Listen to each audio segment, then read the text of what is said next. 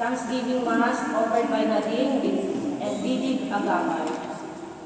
Prayer to the soul, Paulino, Cantala, Eugenia, Leonardo, Samuel, and Rena Samuel. Pambansang buwan ng Linggo ng Laiko. Katalinuhan, makalangit ang ating kailangan. Itinahihiya ang katalinuhan ng mga tao, abadas at munduan ang mga naniniwala at umano sa kabilang buhay.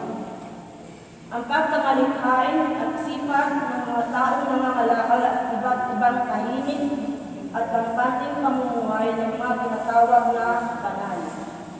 Malungkot na katotohanan ito noong mga panahon ni Jesus. At para sa labanan ng gayon kung kaya't ininto niya ang kalimhaga ng mabuting balita ngayon. Hinahamon tayo ngayon magsikap, malutas ang maraming problema ang kinakaharap ng sangkatauhan. Para sa higit na ikakabuti ng lipunan, hinahamon tayong magtrabaho ng tapat. Itaguyod ang katarungan, samantalahin para sa kabutihan ng lahat ng ating pagkakataon. Ang Eukaristiyang ito, hilingin natin ang biyayang kailangan upang maitatag natin ang paghahari ng Diyos sa pamamagitan ng pagtaguyod, katarungan at wastong pagpapalaga sa anumang bagay na material. Tayo po ang lahat.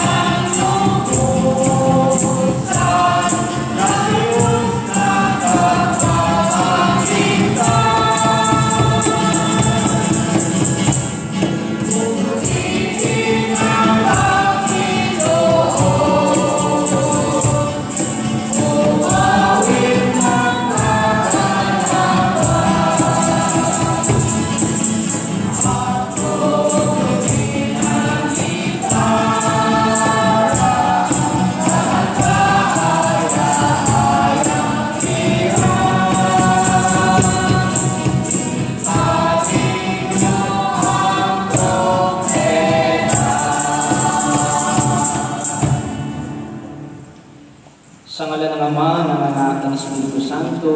Amen. Sumayin niyo ang Panginoon. Mga kapatid, nandito tayo sa limang linggo ng karaniwang panahon. At nawa po'y sa ating banal na misa na ito, bigyan po tayo ng lakas upang ating mapailaliman ang ating relasyon sa Diyos. Si Jesus po ang nagbibigay sa atin ng buhay upang tayo ay maging instrumento ng pag-asa, pag-ibig at kapayapaan para sa lahat, lalo-lalo na sa ating Filipino community. Yan po yung ating pagdadasal. Sana ay magkaisa tayo lahat at magkaroon ng kapayapaan, pagpapatawaran. Yun yung idasal natin sa banal na misa nito. At masaya po ako kasi kasama ko ngayon si Father namin na celebrate. So, more powerful yung prayer natin ngayon.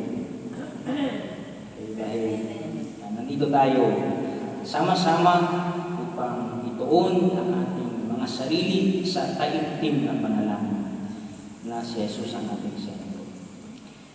Mga kapatid, aminin natin ang ating mga kasalanan upang tayo ay maging marapat gumanap sa banal na pagdiriwang.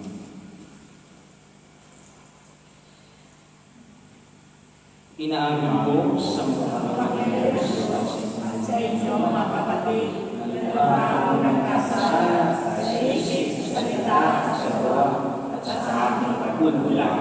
Kaya sinasama ko sa mga nagrimay Maria, sa lahat ng mga anghel na tumatanal, at sa inyo, mga kapatid, na ako'y manalangin sa Panginoong ating Diyos.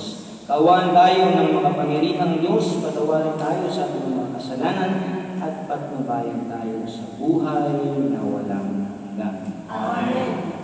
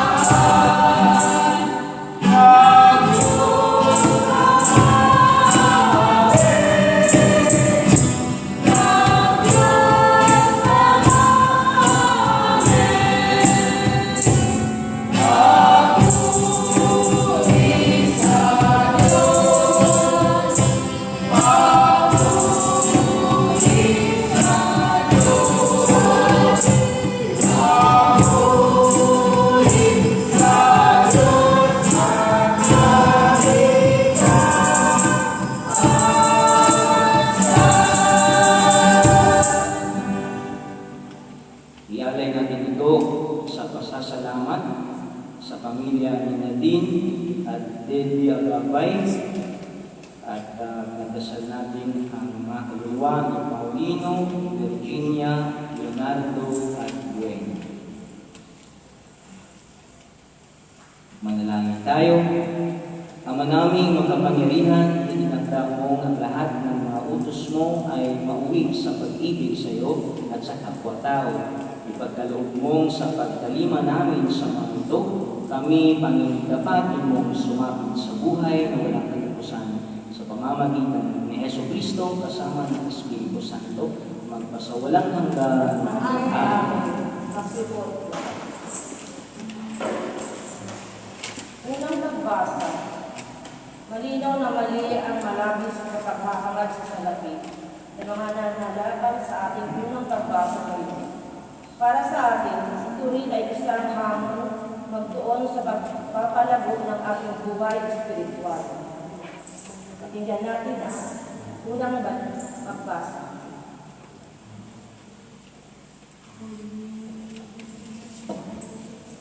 Pagbasa mula sa aklat ni Propeta Amos. Pakinggan niyo ito, kayong sumisigil sa mangailangan at kayong umaapi sa mga dukha. Ang sabi ninyo sa inyong sarili, inip na kaming matapos ang mga araw ng pamamahinga. Hindi tuloy namin may pagbili ang aming mga inani.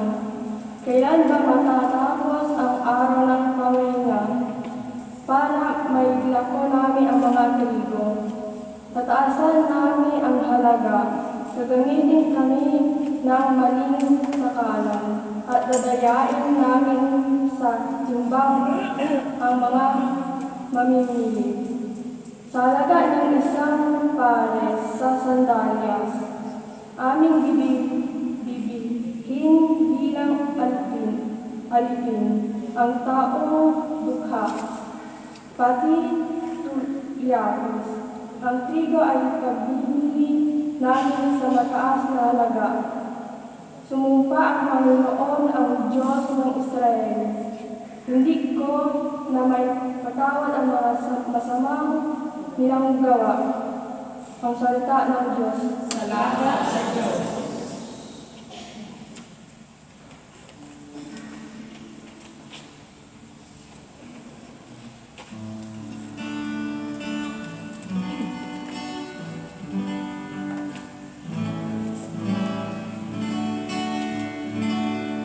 Purihin ang buong Diyos, nasa lukhay nagtatampo.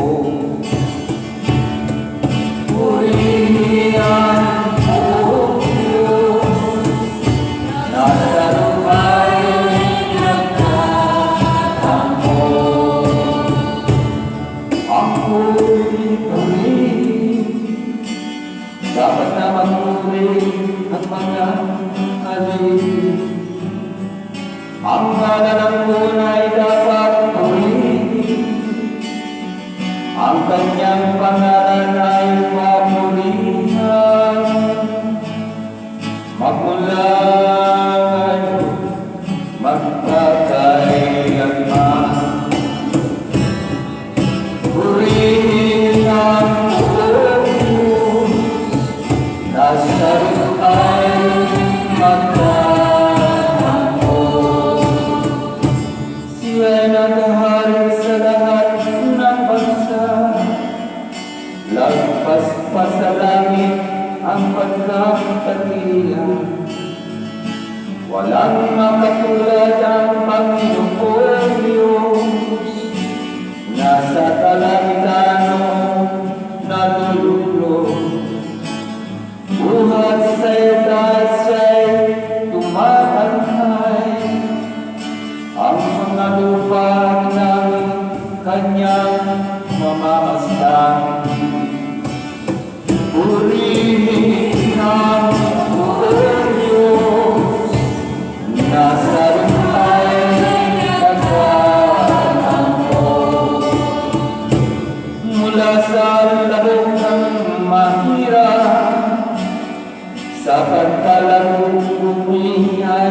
itataas. Sa mga prinsipe ay isinasama, nagiging prinsipe ang mga lingkod niya. Purihin ang bukong Diyos, nasa lupa'i nagtatakbo. Purihin ang bukong Diyos, nasa lupa'i nagtatakbo.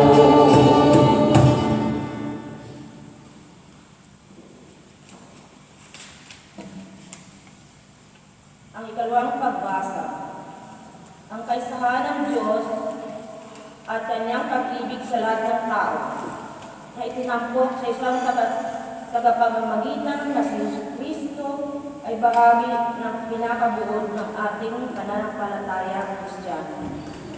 Sa naririnig natin ngayon, inilalakad ni Pablo ang mga pahiwatig ng lahat ng pag-ibig ng Diyos sa panalangin, lalo na para sa lahat na nanunungkulan. Pakinggan po natin ang pangalawang pagbasa.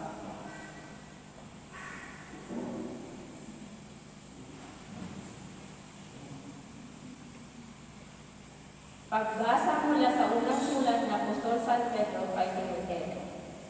Pinakamamahal ko, una sa lahat, ipinakikiusap kong paabutin niyo sa Diyos ang inyong kahilingan, panalangin, pamanhik at pasasalamat para sa lahat ng tao. Gayon din ang gawin niyo para sa mga hari at mga may kapangyarihan upang makapamuhay tayo ng tahimik at payapa, marangal at kabanalan. Ito ang mabuti at nakalulugod sa Diyos sa ating tagapagligtas, ng ibig ay maligtas ang lahat ng tao at makaalam ng katotohanan. Sapagkat iisa ang Diyos at iisa ang tagapamagitan sa Diyos at sa mga tao. Ang taong si Kristo Jesus na naghandog ng kanyang buhay upang tubusin ang lahat. Siya ang katunayan na banal na layunin ng Diyos at nakayag sa takdang panahon. Dahil dito, ako'y hinirang ng mangaral, apostol at tagapagturo ng pananampalataya at katotohanan. Ito sa mga Hentil. Katotohanan ang sinasabi ko, hindi ako nagsisinungaling. Ibig kong ang mga lalaki sa lahat ng dakol, manalangin, may malinis at kalooban, walang hinahatik o galit sa kapwa. Ang salita ng Diyos. Salamat sa Diyos.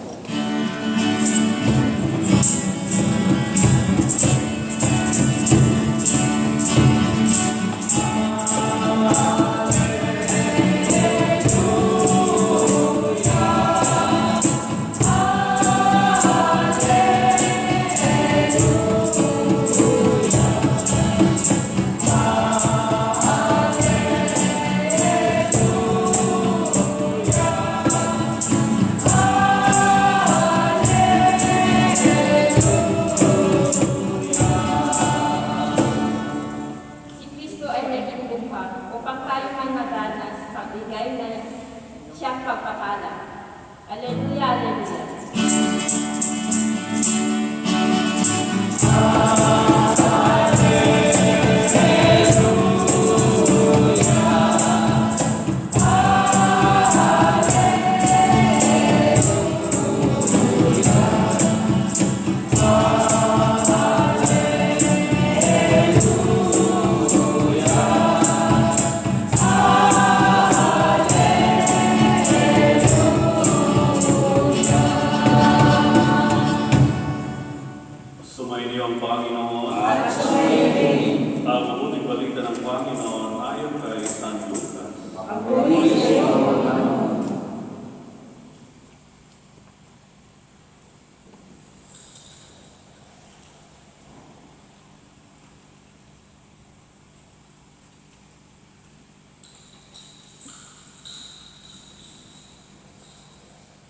Noong panahon iyon, sinabi ni Jesus sa kanyang mga alagad, may isang mayaman na may isang katiwala.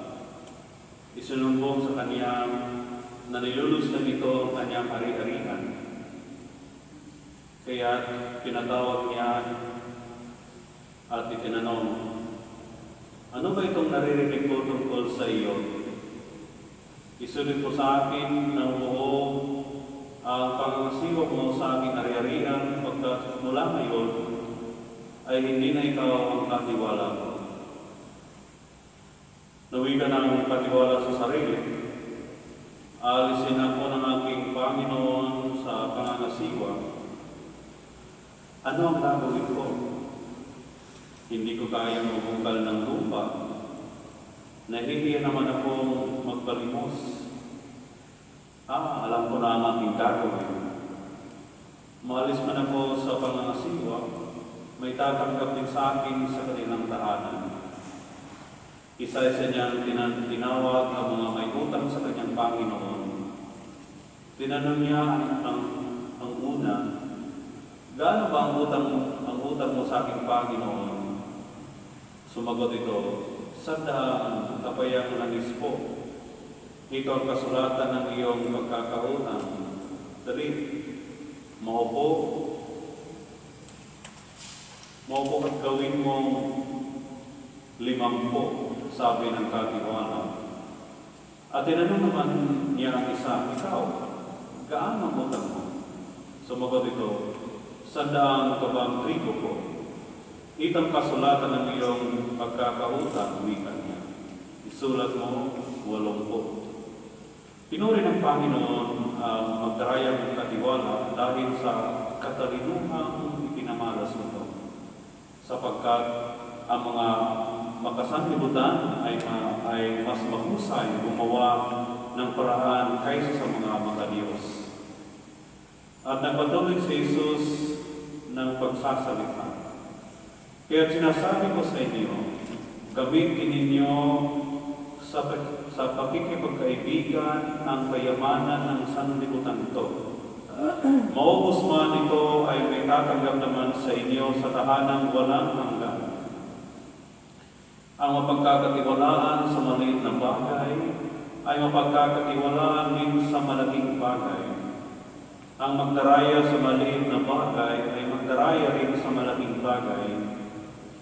Kung hindi kayo mapagkakatiwalaan sa mga kayamanan ng sanlibutan ito, sino ang magtitiwala sa inyo ng tunay na kayamanan? At kung hindi kayo mapagkakatiwalaan na sa kayamanan ng iba, sino ang magbibigay sa inyo ng talagang para sa inyo? Walang makapaglilingkod ng sabay sa dalaw ng Panginoon, sa dalawang Panginoon, sapagkat kapuputan niya ang isa at ibigin ang ikalawa. Paglilingkuran ng tapat ang isa at tahamakin ang ikalawa. Hindi ninyo mapaglilingkuran ng sabay ng Diyos at ang kayamanan. Ang mabuting balita ng Panginoon.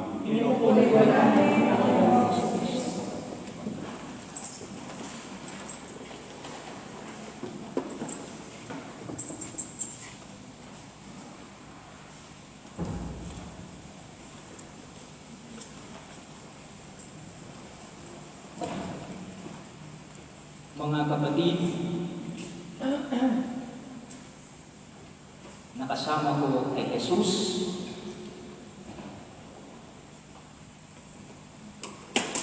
ang parabola o mga talinghaga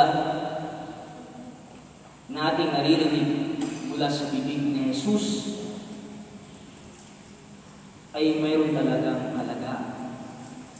Dahil dito, malalaman natin kung malalaman ng Diyos kung ano ba ang nasa kaituturan ng puso ng isang tao. Sa puso ng isang tao, kaya ba nating tanggapin ang mga salita ng Diyos? O gagaya tayo sa mga guro sa panahon ni Jesus, mga eksperto,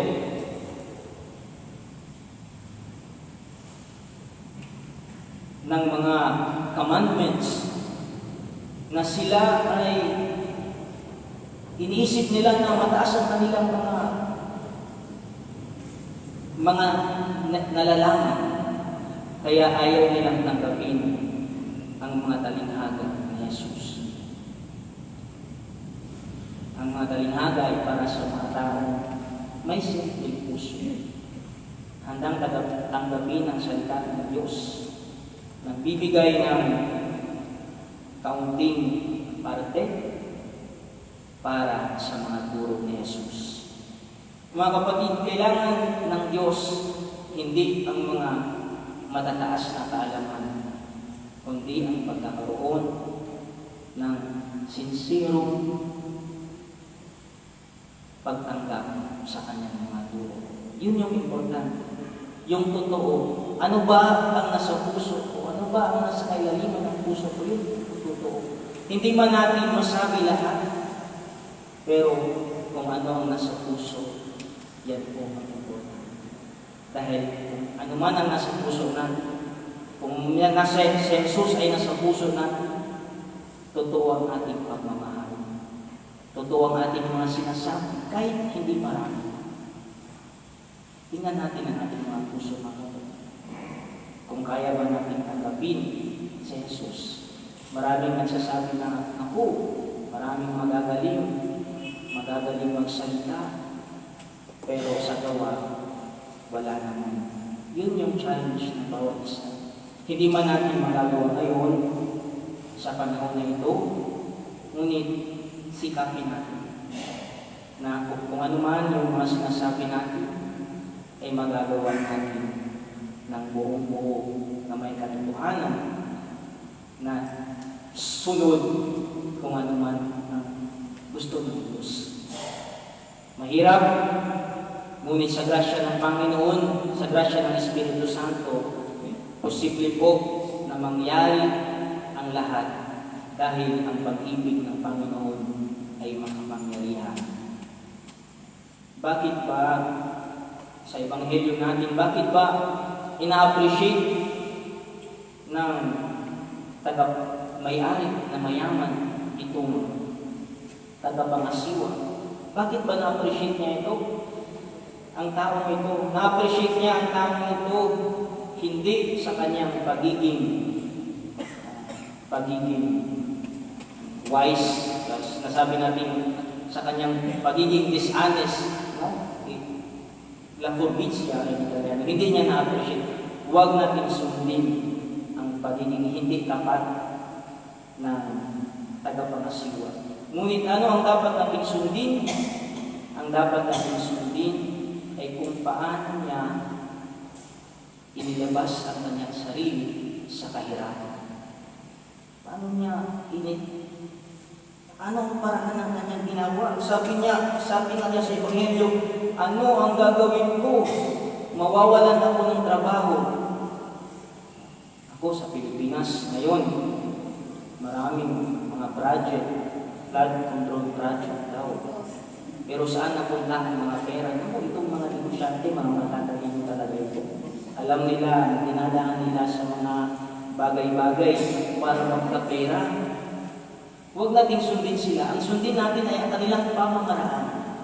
Kung paano sila ginamit nila ang kanilang utak at isipan para maging successful dito sa mundo. Pero tayo, mga kapatid, hindi lang pang mundo ang iniisip natin, kundi kaligtasan ng ating kaluluwa. Yun pong important. We can be successful in this world. We can have all the material riches. Pero we go beyond. Taas natin ang ating mga puso dahil tayo ay mga Kristiyano. Receive that baptism.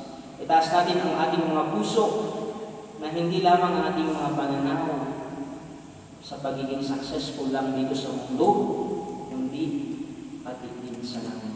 Because Aldila, sinisyan kita niya, doon talaga ang totoong buhay natin. Doon ang ating totoong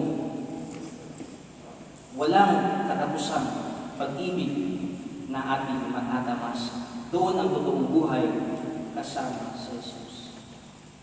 Kaya huwag natin gawin second priority ng Panginoon. Naku, marami sa atin dito. Dito sa ibang bansa, tatrabaho sila. Tatrabaho ng tatrabaho. Wala namang panahon sa Diyos. And we are so fortunate because we are given the grace to be here. Kahit hindi tayo marami. It's not about the quantity, but it is about the quality of our hearts. Kung ano ang nasa puso natin. Dahil kung nandito sa puso natin si Jesus, makakatulong din tayo sa iba. Mare, pare, magsimba kayo, makinig kayo sa salita ng Diyos. Dahil nandiyan si Jesus na magbibigay sa atin ng totoong buhay. Yan ang Panginoon. So, in this parable, my dear brothers and sisters, is not teaching us the way this dishonest man did, but the right strategy that we need to do. Ano ba ang dapat mong gawin?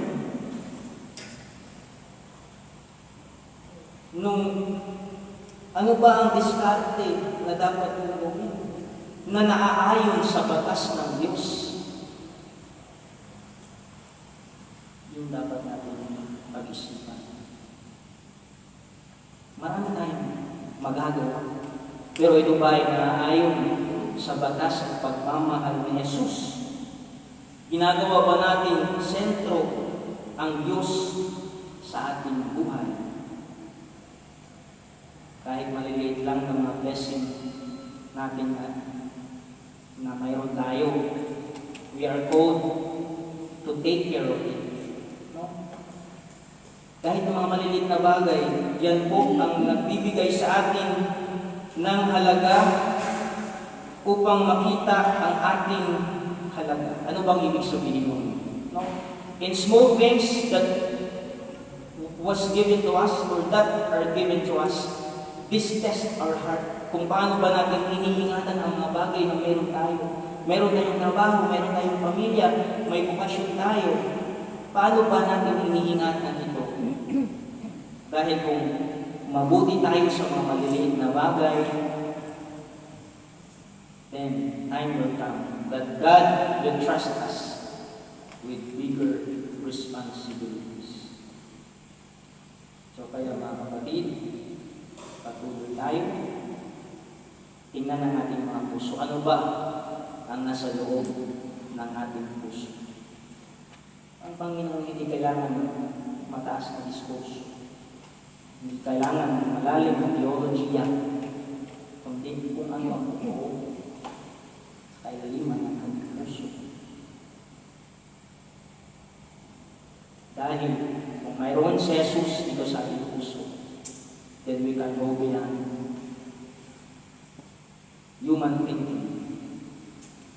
Magiging instrumento tayo ng pagkakaisa. No? Baka pag may nakasalubong kayong kababayan natin, hindi na tayo mag-chow.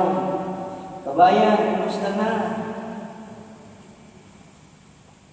Bakit hindi ka na nagsisimba? Magsimba ka naman. Magsimba ka naman. Yan, dahil tayo ay nagsimba, we pray for everyone. That is also the message of the gospel. Na hindi lang natin ipagdasal ang ating mga pamilya, ang ating community, pero ipagdasal natin ang lahat ng mga tao na nangangailangan sa ating pagdadasal. They need us. We receive this grace, and that's why we are called also to pray for them. So that's the first thing we need to do. Ano ba ang gagawin ko? Ano ba ang gagawin natin? Ano ba ang gagawin ng bawat isa para mapatibay natin ang ating pagsasamahan? Anong gagawin natin? Meron ba kayong idea what we should need to do?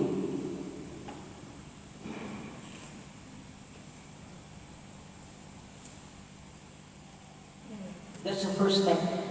Yan yung unang hakbang kung ano ang ating gagawin.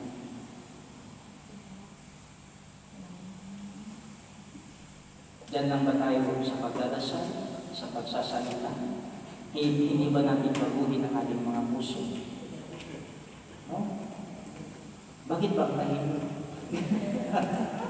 Parang nadala kaya ha? Guilty? Ako hindi ito. Ito ay, ang simbahan ay sinasabi pa nila na hospital ng mga makasalanan. Tayong lahat mga makasalanan. Walang perfecto dito. Nandito tayo sa simbahan natin upang magkaroon ng tinatawag natin, ano ba ang tinatawag natin, guarigione sa Tagalog? Nakalimutan din yung Tagalog. Guarigione, yung pagkaroon ng lunas. Ha?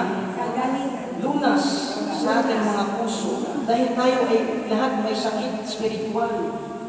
Pero, nandito tayo sa Kristo, tayo naniniwala na araw-araw, mayroon tayong pagkakataon ng mga bago. Life is a gift. Huwag natin sayangin ang buhay na ito, mga kapatid. Ngayon na natin simulan, hindi bukas.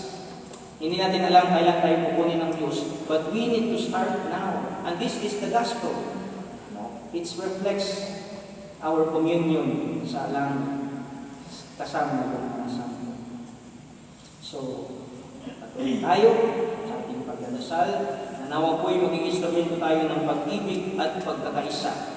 Lalong-lalo na sa ating community, sa buong community Pilipino dito sa natin. Siya Laudato Jesu Cristo. Magsigit tayo po tayong lahat para sa ating pananampalataya. Sumasampalataya sa Diyos sa mga makayayan sa lahat. May gawa lahat ng lupa. Sumasampalataya ng Kristo, isang anak ng Diyos. Panginoon natin lahat, nakatawang-tawang sa langit sa Santo. Pinangalan sa Santa Maria Virgen. Pinagpagkasakit ni Poncio Pilato. Pinako sa krus na matay ni Piling. Nanakaw sa kinaroonan ng mga limao. May katitong araw na buhay magmuli. Umakyat sa langit. Nalulog sa kanan ng Diyos, amang makapangyarihan sa lahat. Doon magmumula tayo ito kung sa nasuhay ay namatay ang tao. Sumasampalataya naman ako sa Diyos Espiritu Santo.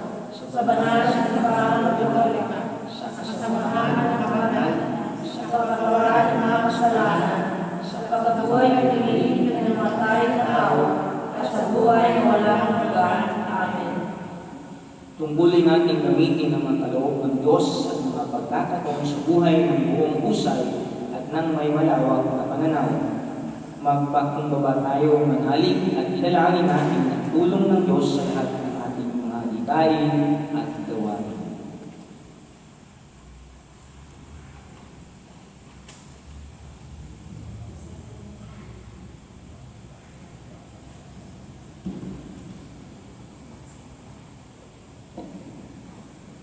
Para sa Santo Papa at ibang mga pinuno ng simbahan, naway hindi sila magsawa sa pangangaral ng katapatan sa pangarapalakad katapunan para sa mga dukha at paninibabaw ng mga spiritual na napapahalaman sa kasalanan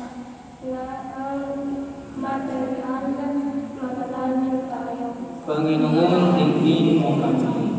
Para sa ating mga pinuno, laiko at lahat ng nanunukulan, naway gamitin nila ang kanilang katutulunan sa tataguyod ng katahulunan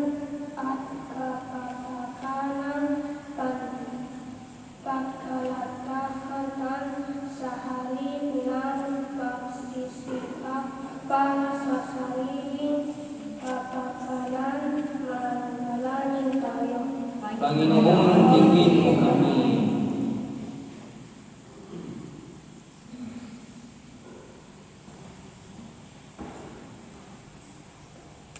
Para sa lahat ng pinagabilinan ng edukasyon ng kabataan, naway tundin nila ang kanilang tungkulin na parang isang misyon at hindi para sa material na pagkinabang. Manalangin tayo. Panginoon, tingin mo kami. Para sa mga tagapag-ingat sa pananalapit at ng bayan, naway magsisikap sila ng walang pag-iimbot para sa giginhawa ng mga buka. Manalangin tayo. Panginoon, tingin mo kami. Ama, ipagkaloob mo sa aming pakinabangang mabuti ang mga pagkakataon sa buhay na ito, alang-alang sa piging na walang maliw na inihanda mo sa langit para sa amin. Isnasamo namin ito sa ngalan ng Panginoong Jesus. Amen.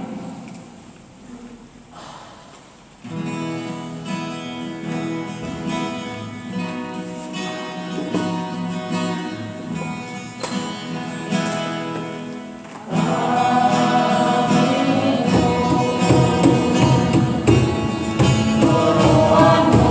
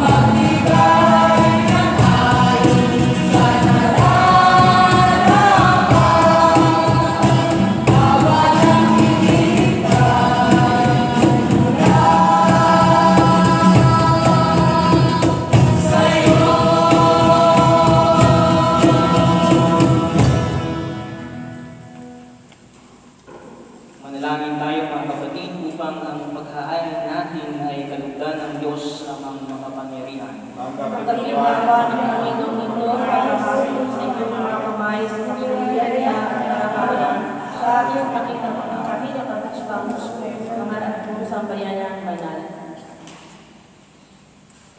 Ama naming lumikha, maawain mong kalugdan ang mga alay na iyong sambayanan upang ang ipinahahayag namin ng may pananampalatayang matibay ay aming tanggapin sa banal na pakikinabang sa pamamagitan ni Jesucristo kasama ng Espiritu Santo magpasawalang hanggan. Amen. Sumayin niyo ang Panginoon. Itaas sa Diyos ang inyong mga puso at diwa. Itaas ka namin sa Panginoon. Pasalamatan natin ang Panginoong ating Diyos. Dapat siya ay salamatan. Ama naming makapangyarihan, tunay ngang marapat at ikaw ay aming pasalamatan. Ikaw ang lumikha sa kanan. Ikaw ang nagtakdang magkaroon ng gabi at araw, gayon din ng tag-init at tag-ulan. Ikaw ang tumubog sa tao bilang iyong kawangis na mapagkakatiwalaang mga siwa sa daigdig. Ikaw ngayon pinaglilingkurang sa paghanap sa pananagutan ng iyong pinagtitiwalaan sa pamamagitan ng anak mong mahal. Kaya kaysa ng mga anghel na nagsisiawit ng pagpupuri sa iyo nang walang magbay sa kalangitan, kami nagpupunyi sa iyong kadakilaan.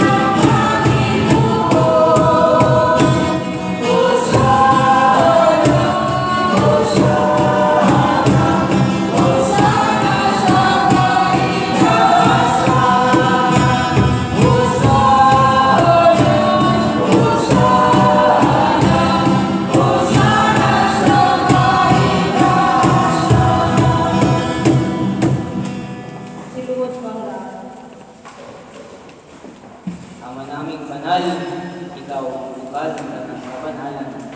Kaya't sa pamamagitan ng iyong Espiritu, gawin mong banal ang mataloob na ito upang para sa aming maging katawan at tubuo ng aming Panginoong Jesucristo. Bago niya pinag-isang pusang loob na maging handog, ginawa kanyang tinapay, pinasalamatan kanya, pinaghati-hati niya yun, inabot sa kanyang mga lagad at sinabi, tanggapin ninyong lahat ito at kanin, ito ang aking katawan na ihahandog para sa inyo.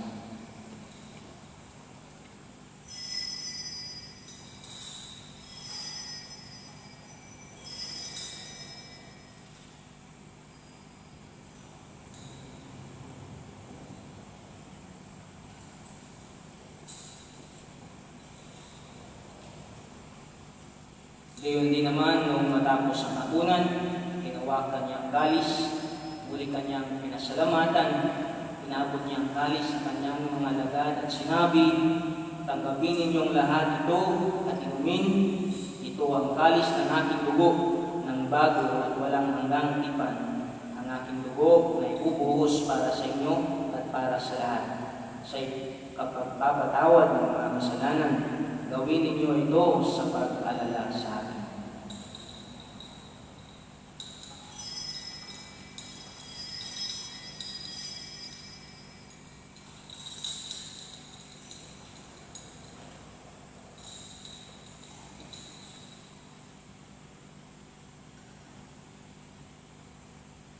Ipagbunyi natin ang misteryo ng pananampalataya.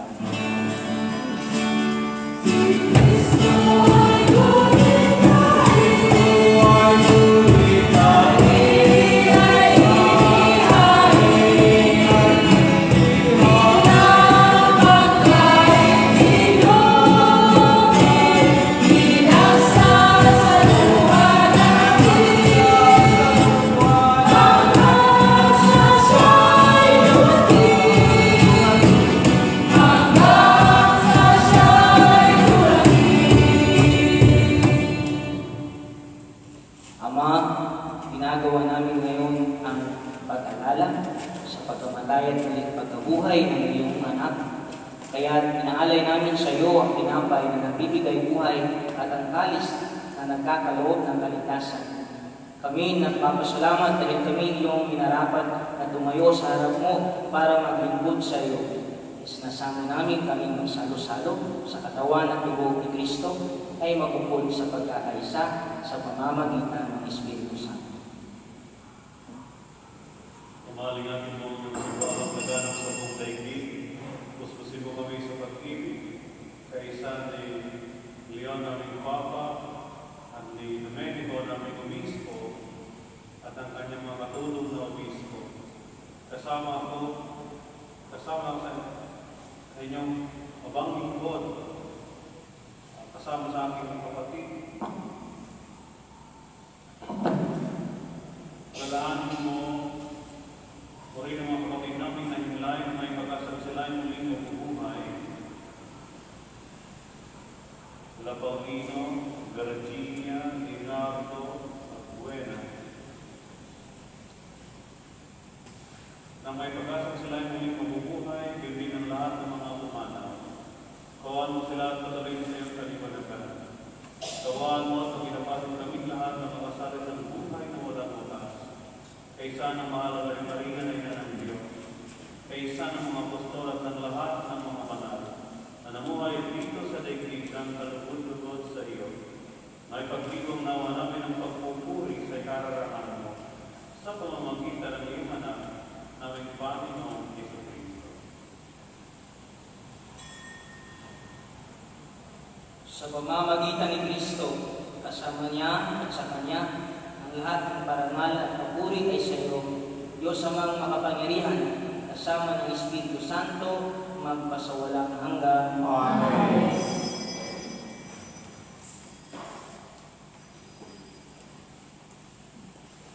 Sa tagubilin ng mga nakagagaling na utos sa turo ni Jesus na Panginoon nating Diyos, ipahayag natin ang lakas loob.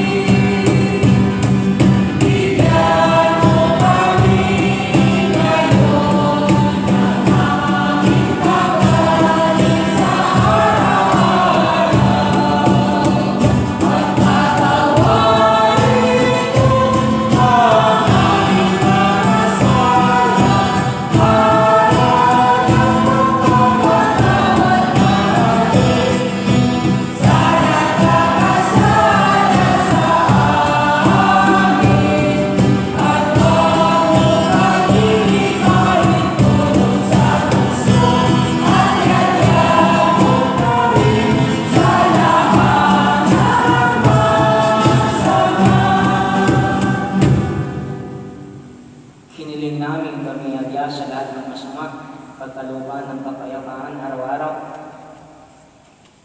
Iligtas sa kasalanan at ilayo sa lahat ng kapahamakan.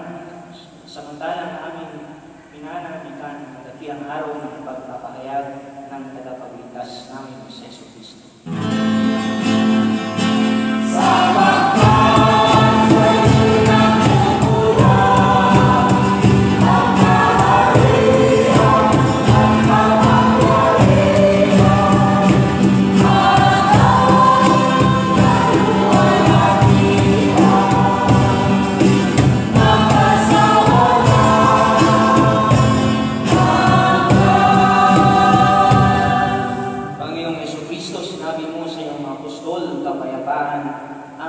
iniiwan ko sa inyo, ang aking kapayapaan ang ibinibigay ko sa inyo. Tunghayan mo ang aming pananampalataya at huwag ang aming mga pagkakasala. Pagkalooban mo kami ng kapayapaan at pagkakaisa ayon sa iyong kalooban, kasama ng Espiritu Santo, magpasawalang hanggan. Amen. Ang kapayapaan ng Panginoon ay natin sumainyo. Amen. Bigayan tayo ng kapayapaan sa isa't isa.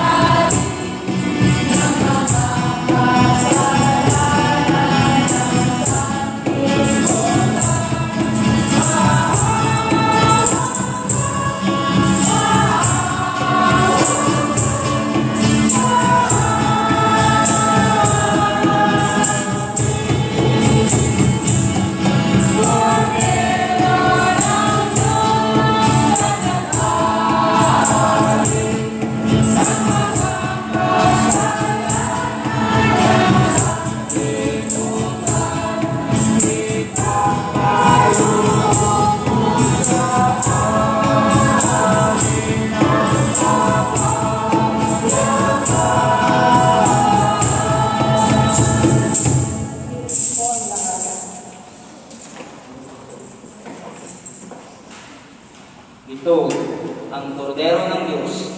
Ito ang nag-aalis ng mga kasalanan ng sanglibutan. Mapalad ng mga inaanyayahan sa kanyang pig. Panginoon, ito ang pagpapal na binigay sa iyo.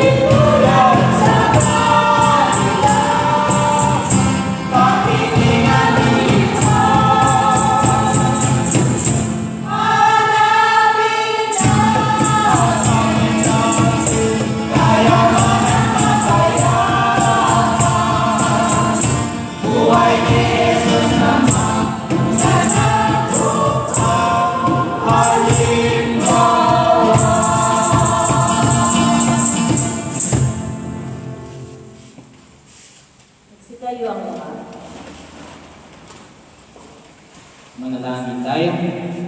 Ama namin mapagmahal, kami pinapagsalo mo sa banal na pagkikinabang, ipatuloy mong kaawaan at tulungan upang ang aming tinanggap ay siya nawang umiral sa pamumuhay namin sa araw-araw. Bunga ng iyong pagtubos na aming pinagdiriwang sa pamamagitan ni Jesucristo kasama ng Espiritu Santo magpasawalang hanggan. Amen. Mga announcement po. Yes, yun po.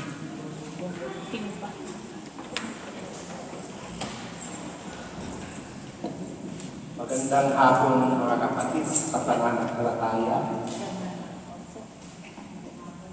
Muli, pagpuri at pasasalamat sa ating butihing Panginoong Diyos ang laging tugon natin sa kanyang kabutihan na ginagawa, grasya, ibigay sa atin ang kalakasan. Laging papuri at pasasalamat ka natin. Itutugon sa kanya. Salamatan natin ang ating celebrant ngayong gabi. Palagpakot si Father Philip Mayon. Palagpakan natin siya. Ganun din kay Father Hernan. Palagpakan natin siya. Sa presensa ng ating mga sisters. Father Mayon, Sister Arpilia. Sa ating mga choir. Sa ating co-servers, ang ating mga kasama servers, at sa volunteer, kasi next month, magkaano tayo ng rotation para sa ating sponsorship. Pero salamat sa parents at saka ang youth ngayong gabi sa ating commentator at lectors, magpakan natin sila. Parang may new face dito, Sister. Talampakan natin siya. Welcome po. At sa ating lahat, mga coordinators natin ngayong gabi na narito, sana po sa susunod na buwan, yung regular na visa na natin after ng palaro is dadami pa tayo times 3 o 4 ganitong karami. So, palakpakan natin ang ating sarili. May announcement nata. So, sa October 1, the whole month of October, mag-uumpisa ang Holy Rosary alay sa ating mahal na ina, kay Mama Mary. Umpisahan dito, mga 6:30 po, Father. Baligyan sa aming kabigyan ng Mama Mary dyan. So, kung sino yung makarating ng 6:30, October 1, ay inaanyayahan namin kayong lahat. And then, yung succeeding days, may mga schedules na. Ang coordinators, alam na nila kung anong date ang kanilang schedule para sa whole month. So, ito ay matatapos ang Holy Rosary natin sa Living Rosary na parating ginagawa natin, sponsored by Divine Mercy together with the Beck and the community itself. So, yun po sa yung palaro natin sa October 5 yun. So, may anticipated Mass, anticipation and Mass ng October 4. 6:30 ulit. Bali, walang Mass na October 5, Father. So, kaya i-anticipate natin na October 4 dahil sa palaro. So, yun lang at next Sunday, maaari i-verify ko kay Sister Jonah kung kailan yung pagpunta ng embassy dito. Kasi para mabagit niya sa akin, i-pushot, mas magandang i-pushot natin siguro by October 24 or 25. So, yun ang parang nabagit niya sa akin noon. So, i-verify ko mabuti para hindi ako mag-isip balyado kung tama yung na yan sa akin. So kung sino yung magpa-passport, parang may connotation yata magsaglit sa kanya. Ganun ang gawain. Saka yung magbayad ng bomba, magbayad ng pag-ibig, SS. So kung ano yung mga services na kailangan natin samantalahin sa Apo de Monte, kinasitet, iba, doon ng mga services ng embassy galing sa Roma. So, yun lang po. Time at ingat mamaya sa pag-uwi. Maraming salamat. Maraming salamat, Coordinator, General Coordinator, Kuya Anton. Salamat sa lahat, lalong-lalo na sa ating kasamang pare sa Padirinan.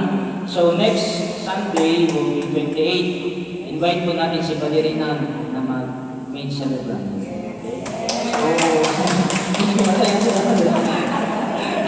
Hoy, mag-invite kayo ng marami. Invite kayo. Siguro mas marami na yun kasi malapit na tayo magsimula sa ating normal schedule. Salamat sa choir. Nako, habang kumakanta ng Pilipino, naalala ko ang mga ilaw sa bayan. Di ba? Ang Pasko. Marami na ang Pasko. Tapos, mga sisters, salamat sa mga nagpunta dito. Salamat po sa inyo, sa mga servers bro. Nagpunta kami kanina sa taas. Huwag kayong magdasal na umulan sa 28. Baka magkalito-lito yung schedule. Magdasal tayo na mabuti ang panahon by October 5. Di ba? Kasi kung hindi yan mabuti, ako maghahanap tayo ng ibang date. Kung saan. Okay? Pray. Ang ating mga pagdadasal, kung ipunin natin lahat, ako, parang ano na yan. Malaking bagay na sa Panginoon. Sana'y tingin niya ang ating mga dasal. Okay? Walang na nakalimutan. Maraming salamat sa presensya ng bawat isa. Salamat sa mga offerings, lahat ng sakripisyo mo ninyo. Salamat ng Panginoon ng mga sakripisyo. Masarap matulog sa tuwing. Pero nandito tayo para sa Panginoon. Okay, praise the Lord. Okay. Kasi tayo po ang lahat. Sumayin niyo ang Panginoon. Magsiyo ko kayo at ipanalangin ang pagpapala ng Diyos. Kaya nawa kayo ng Diyos sa lahat ng masama at pagyamanin kayo sa habag at pangkunawa sa kapwa. Amen. Maghari nawa ang kanyang salita sa inyong mga puso at puspusin kayo ng kagalakang walang hanggan. Magpatuloy nawa kayo sa gawang mabuti, magaling hanggang makamit ang inyong gantimpala sa langit. Pagpalain nawa kayo ng mga pangyarihang Diyos, Ama, Anak at Espiritu Santo. Amen. Kumayo kayo sa kapayapaan upang mahalin at paglingkuran ang Panginoon. Salamat sa Diyos. Buona Domenica.